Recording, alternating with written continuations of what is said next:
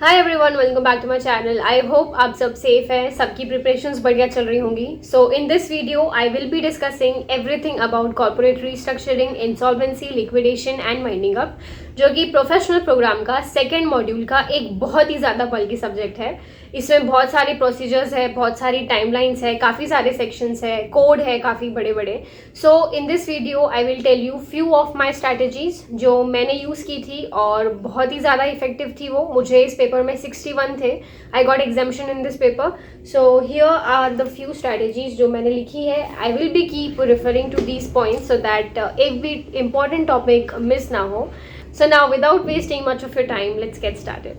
So the first point is study from the module. अगर आपके पास में प्रिपरेशन के लिए 3-4 महीने है तो आई विल स्ट्रांगली सजेस्ट कि आप सिर्फ और सिर्फ मॉड्यूल से ही पढ़ें।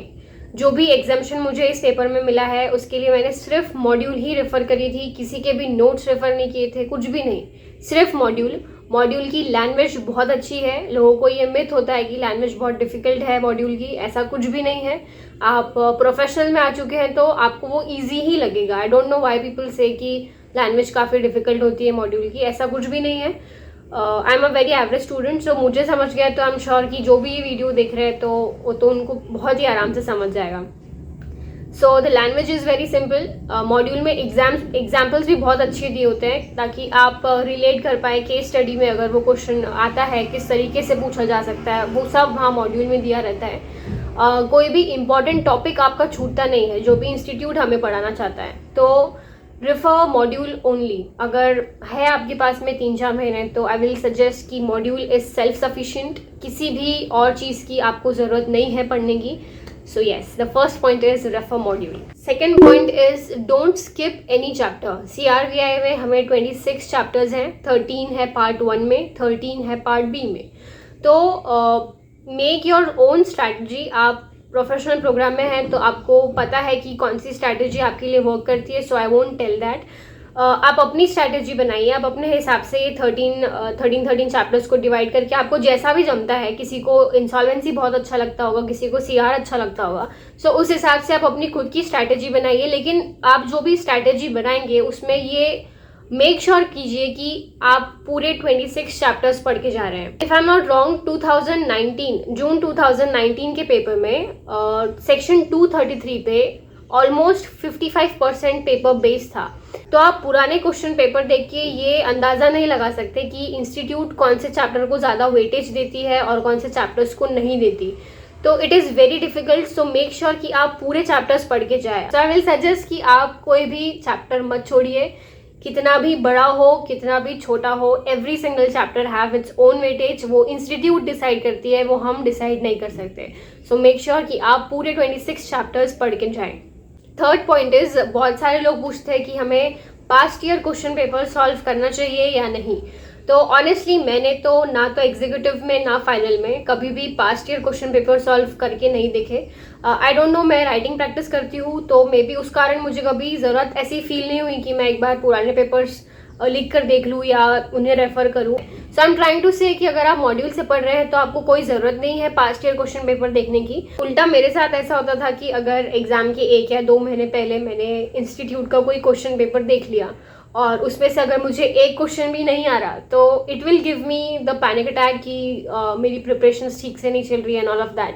सो आई विल सजेस्ट कि कोई ज़रूरत नहीं है पुराने पेपर्स देखने की, क्योंकि सेम क्वेश्चंस तो आने नहीं वाले और it is of no use. ना तो आपको उससे पेपर पैटर्न समझ में आएगा ना कुछ।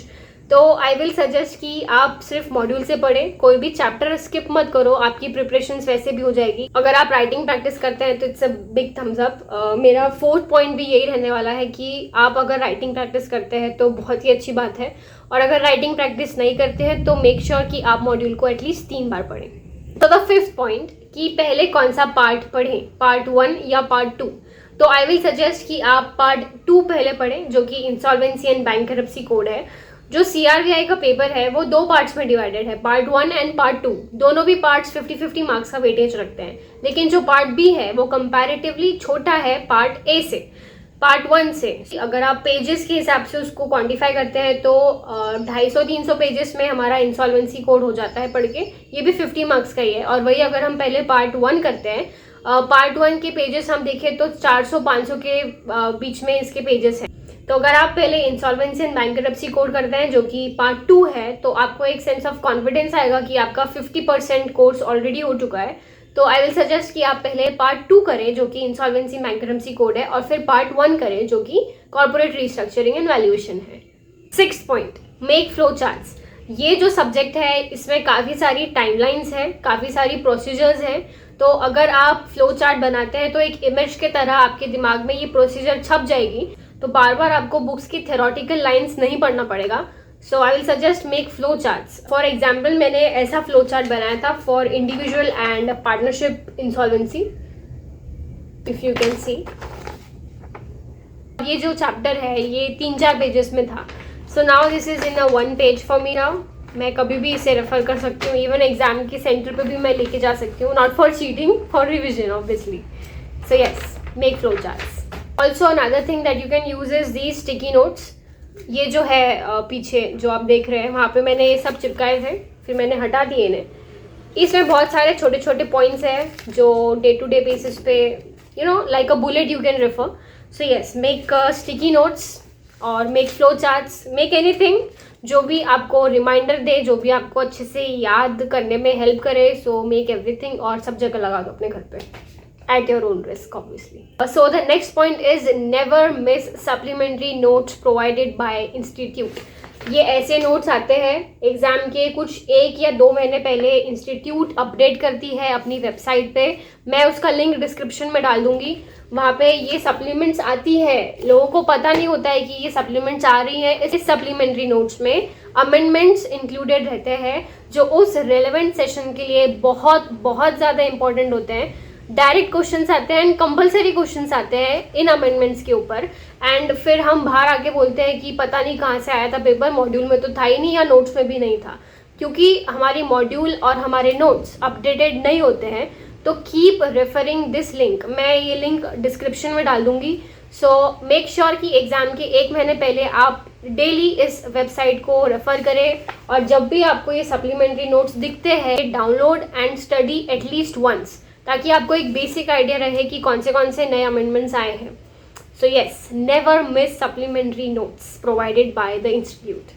Another very important point is write to the point answers. Exam में आपको 3 या 4 पेजेस के आंसर्स नहीं लिखने हैं। जितना क्रिस्प लिखेंगे, जितना टू द पॉइंट लिखेंगे उतना अच्छा है। इससे 2 बातें होंगी, आपका पूरा पेपर अटेम्प्ट होगा, जो एक बहुत बहुत बहुत इंपॉर्टेंट चीज़ है कोई भी प्रोफेशनल एग्जाम को क्लियर करने के लिए। इट शोज़ कि आप सीरियस है उस पेपर को लेके। It is not at all admirable कि आप एग्ज़ाम में 80 या 85 मार्क्स का पेपर अटेम्प्ट करके आएँ, क्योंकि दे ऑल्सो एक्सपेक्ट कि एज अ प्रोफेशनल आप उस टाइम पीरियड में, उस प्रेशर में पूरा पेपर सॉल्व करें। जितने कम शब्दों में आप अपने आंसर को प्रेजेंट कर सकते हैं उतना अच्छा है। दूसरी चीज़ ये होगी कि एग्जाम चेकर को आपका पूरा पेपर कंसिस्टेंट लगेगा कि आपने सभी क्वेश्चंस में कम लिखा है, सही लिखा है, टू द पॉइंट लिखा है। And last but not the least, choose your alternative questions wisely. पूरा पेपर होता है 100 मार्क का, उसमें से 30 मार्क्स हमारे हाथों में होते हैं, इन द सेंस कि क्वेश्चन नंबर 2 और 2A, क्वेश्चन नंबर 6 और 6A, ये 2 क्वेश्चंस में हमें लिबर्टी मिलती है कि हमें कौन सा क्वेश्चन सॉल्व करना है, और कलेक्टिवली ये 30 मार्क्स के होते हैं। तो पूरा पेपर का ये 30% है। तो इसलिए क्वेश्चन बहुत ध्यान से पढ़े और बहुत ही सोच समझ के अपना ऑल्टरनेटिव क्वेश्चन ऑप्ट करें, क्योंकि ऐसा होता है कि एग्जाम हॉल के बाहर आके जब हम क्वेश्चन पेपर देखते हैं तो वी आर लाइक, ये वाला क्वेश्चन सॉल्व कर लेना चाहिए था, इसमें मुझे ज़्यादा अच्छे से आता था और मैं अच्छे से लिख पाता या लिख पाती। सो आई विल स्ट्रांगली सजेस्ट कि आप ये ऑल्टरनेटिव क्वेश्चंस को बहुत ध्यान से पढ़ें और सही डिसीजन ले, सही ऑल्टरनेटिव चूज करें within that 3 hour time.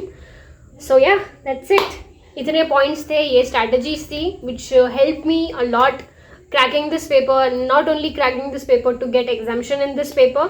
So I hope this video is helpful for you. Do tell me in the comment section and do subscribe. All the best.